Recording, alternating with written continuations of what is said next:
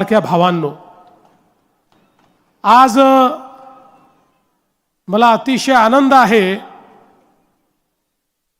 की अहिल्यानगरमध्ये महानगरपालिकेच्या प्रचाराकरता मी आलो आहे। आनंद या गोष्टी करता आहे की यापूर्वी ही निवडणूक झाली होती, पण ती निवडणूक अहमदनगर महानगरपालिकेची निवडणूक होती। ही पहिली निवडणूक आहे की ज्या निवडणुकीतला महापौर हा अहिल्यानगरचा महापौर या ठिकाणी आपण निवडून देणार आहोत। खऱ्या अर्थानं छत्रपती शिवरायांनी हिंदवी स्वराज्याची स्थापना केल्यानंतर त्या साम्राज्याला विस्तारित करण्याचं काम ज्यांनी केलं, त्यामध्ये आमच्या पुण्यश्लोक अहिल्या माता ज्यांनी राज्य कसं करावं, जनतेचं पालन पोषण कसं करावं, कशा पद्धतीनं सामान्यातल्या सामान्य माणसाला अधिकारिता द्यावी, सुरक्षित कसं ठेवावं, समृद्धी कशी आणावी, उद्योग कसे तयार करावे, अशा सर्व गोष्टीचा वास्तुपाठ आपल्या राज्य कारभारातनं ज्यांनी करून दिला। आणि म्हणून अखिल भारतामध्ये मोगलांनी केलेली उद्ध्वस्त केलेली तमाम हिंदू देवस्थानं, तमाम हिंदू घाट हे बांधण्याचं काम ज्यांनी केलं, त्या अहिल्यादेवी होळकरांच्या नावानं आज हा जिल्हा ओळखला जातो। कारण त्यांचं जन्मस्थान चोंडी, ज्या ठिकाणी आमच्या रामभाऊ शिंदेंच्या नेतृत्वात आम्ही कॅबिनेटची बैठक घेऊन एक प्रकारे चोंडी विकास आराखड्यासोबत या महाराष्ट्रातल्या सगळ्या ज्योतिर्लिंगांच्या विकासाचा एक आराखडा मांडला। आज त्याच अहिल्यादेवींच्या या अहिल्यानगरमध्ये मी पुन्हा एकदा अहिल्या मातांसोबत इथल्या सगळ्या नागरिकांना देखील नमन करतो, नमस्कार करतो। खरं म्हणजे या ठिकाणी विखे पाटील साहेब आहेत, रामभाऊ शिंदे आहेत, आमचे सुजय दादा आहेत, संग्राम जगताप आहेत, आपले सगळे आमदार आहेत। त्यामुळे मी येण्याची आवश्यकता देखील नव्हती, पण मी हा विचार केला की या निमित्ताने आपल्याशी संवाद साधता येईल, या निमित्ताने आपलं दर्शन घेता येईल आणि त्याचसोबत आपल्याला ज्या काही अडीअडचणी आहेत त्या समजून घेता येईल। आणि म्हणून आज या सभेकरता मी आलो। पण मी इथे यायच्या आधीच आपण सगळ्यांनी भाजप राष्ट्रवादीचे 5 नगरसेवक बिनविरोध या ठिकाणी निवडून दिले, त्याबद्दल आपल्या सर्वांचे मी मनापासून आभार मानतो। एक प्रकारे आपण सुरुवात ही या ठिकाणी अतिशय उत्तम केली आहे आणि ज्याची सुरुवात उत्तम असते ते सगळंच उत्तम होतं। त्यामुळे माझ्या मनामध्ये पूर्ण विश्वास आहे की या महानगरपालिकेमध्ये आपल्या महायुतीचाच महापौर बसेल आणि पूर्ण बहुमत हे आपल्याला या ठिकाणी निश्चितपणे मिळेल। खरं तर बंधू भगिनींनो, आपण जर बघितलं तर आपल्या देशामध्ये जवळजवळ 70 वर्ष शहरांकडे दुर्लक्ष झालं। आम्ही गावाचा विकास करत होतो, तो विकासही महत्त्वाचा होता। भारत हा गावांमध्ये बसतो, त्यामुळे त्याचा विकास झाला पाहिजे, संकल्पना योग्य होती।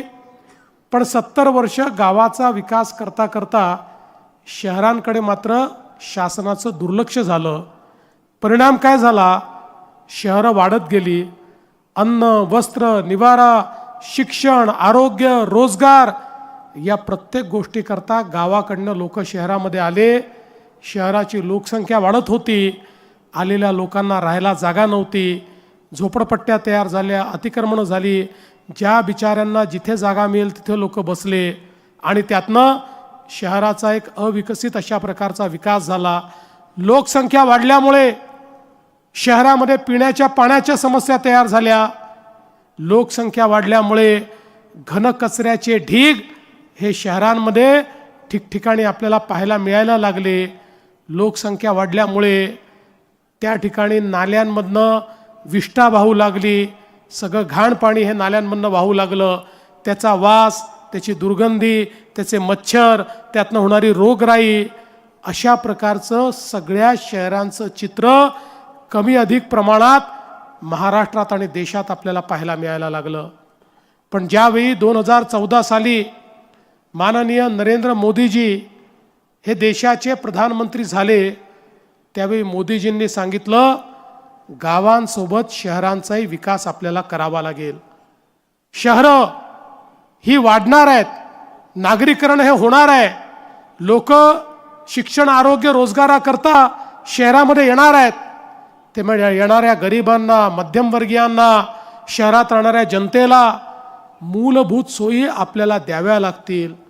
मोदीजींनी सांगितलं देशाच्या GDPचा 65% GDP वस्तू आणि सेवांची निर्मिती, रोजगाराची निर्मिती ही शहरांमध्ये होते.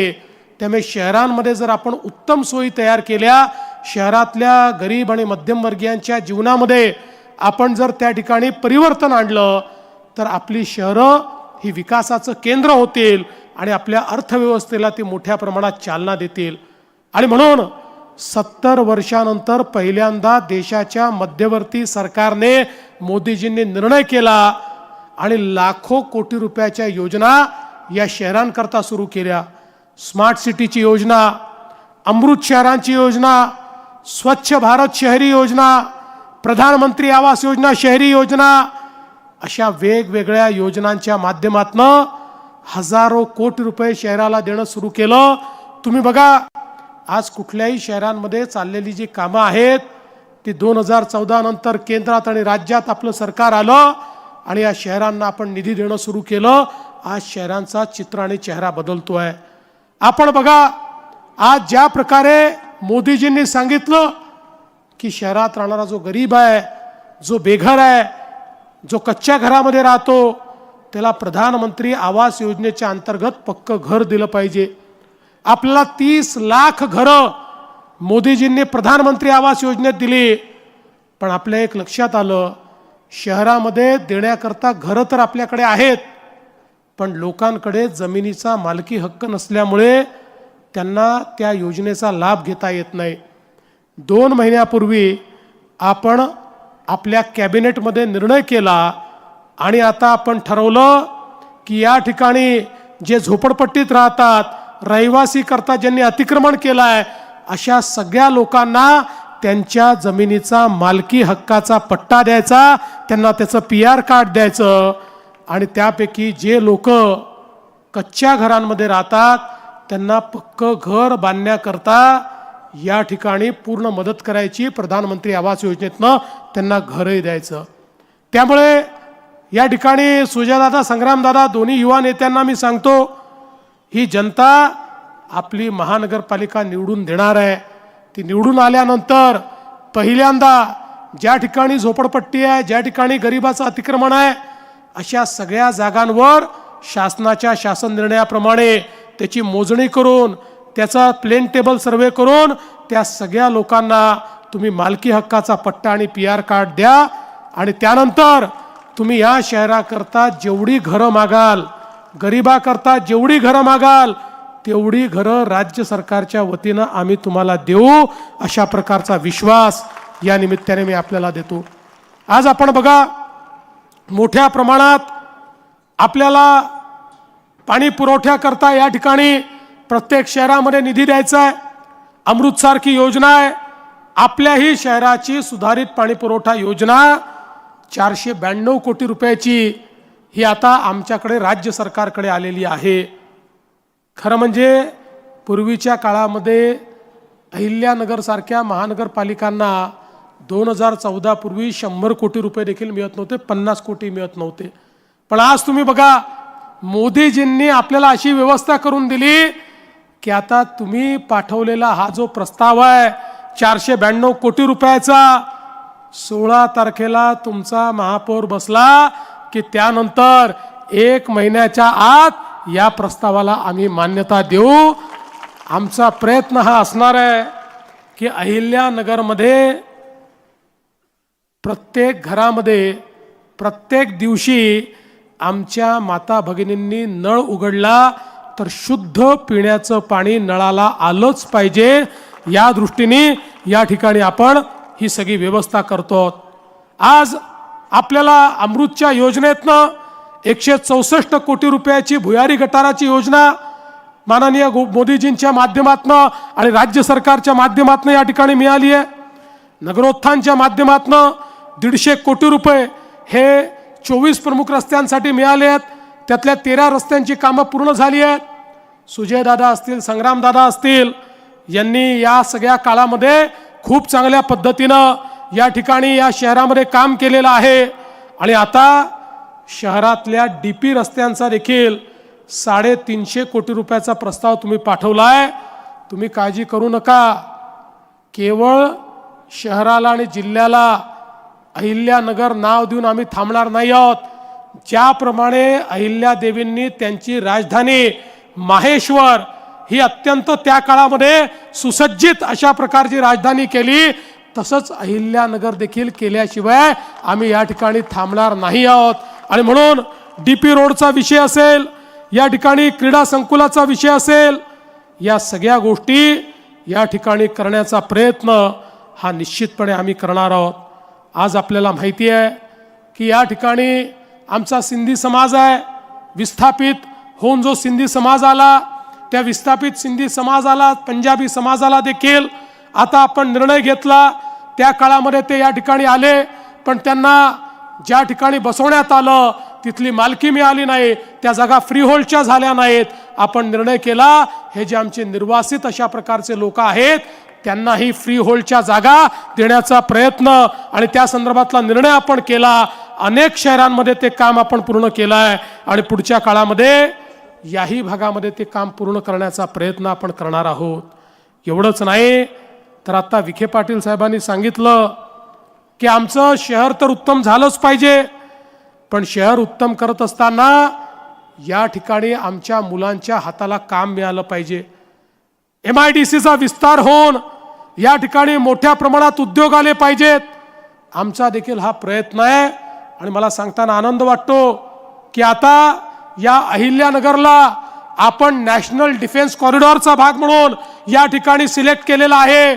या ठिकाणी डिफेन्स कॉरिडॉर आपण तयार करणार आहोत आणि या डिफेन्स कॉरिडॉरच्या माध्यमातून हजारो हातांना काम देणारे उद्योग हे आणण्याचा आपला प्रयत्न या माध्यमातून होणार आहे। आज आपण बघा, मोदीजींच्या नेतृत्वामध्ये शहरं स्वच्छ झाली पाहिजे, याकरता स्वच्छ भारत अभियान शहरीच्या अंतर्गत घन कचऱ्याच्या व्यवस्थापनाकरता मोठ्या प्रमाणात आता आपण निधी देतोय। पूर्वीच्या काळामध्ये कचरा जो होता ती आपल्यावर एक प्रकारची लायबिलिटी होती, कचरा एक प्रकारे आपलं बर्डन होतं, पण आता कचरा बर्डन नाही आहे, आता कचरा संपत्ती आहे।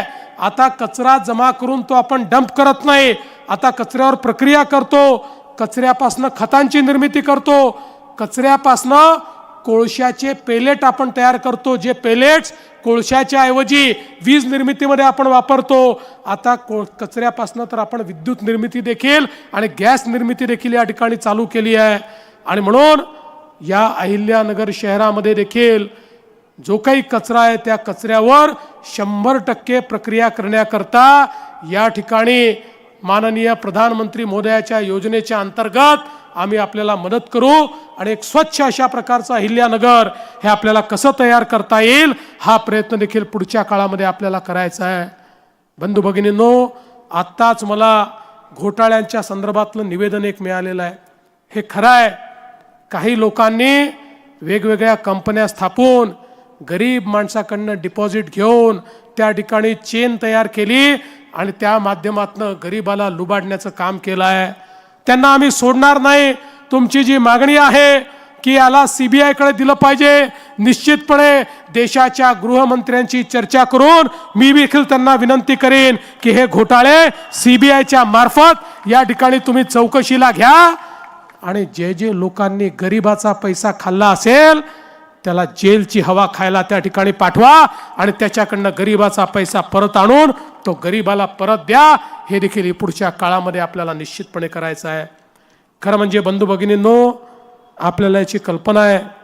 1 वर्षापूर्वी राज्याच्या विधानसभेच्या निवडणुका झाल्या. महायुतीला अतिशय भक्कम अशा पद्धतीनं आपण निवडून दिलं. एक प्रकारे विक्रमी अशा प्रकारच्या आमच्या जागा आल्या. इतक्या मोठ्या प्रमाणात जागा आल्यानंतर काही लोकांनी म्हणणं सुरू केलं की आता बघा, या महायुतीवाल्यांना, भाजपवाल्यांना कोणाची गरज उरलेली नाही, त्यामुळे आता हे पहिलं काम काय करतील तर म्हणाले लाडकी बहीण योजना हे बंद करतील.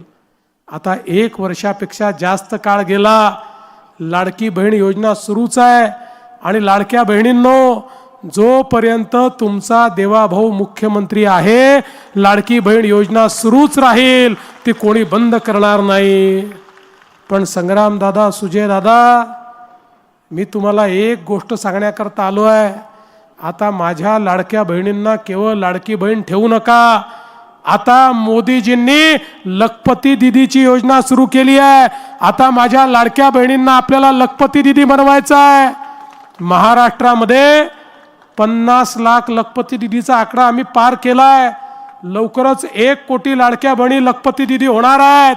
आता पुढच्या वेळेस मी अहिल्यानगरला आल्यानंतर आमचे जे कोणी महापौर असतील, नगरसेवक असतील आणि तुम्ही जे सगळे या ठिकाणी नेते आहेत, यांना विचारणार आहे की माझ्या अहिल्यानगरच्या किती लाडक्या बहिणींना तुम्ही लखपती दीदी केलं, याचं उत्तर तुम्हाला त्या ठिकाणी द्यावं लागणार आहे. आणि म्हणून माझी विनंती आहे, आता या लाडक्या बहिणींना लखपती दीदी आपल्याला बनवायचं आहे आणि त्या माध्यमातनं आपल्या अर्थव्यवस्थेचा भाग म्हणून आमच्या बहिणींना मजबूतीने उभं करायचं काम हे आपल्या सर्वांना मिळून करायचं आहे. बंधू भगिनींनो, आम्ही केवळ आश्वासन देणारी लोक नाही आहोत. आमचा ट्रॅक रेकॉर्ड तुम्ही बघितलेला आहे. जे सांगतो ते करणारी आम्ही मंडळी आहोत. प्रयत्नपूर्वक विकास झाला पाहिजे अशा पद्धतीनं काम करणारी आम्ही मंडळी आहोत.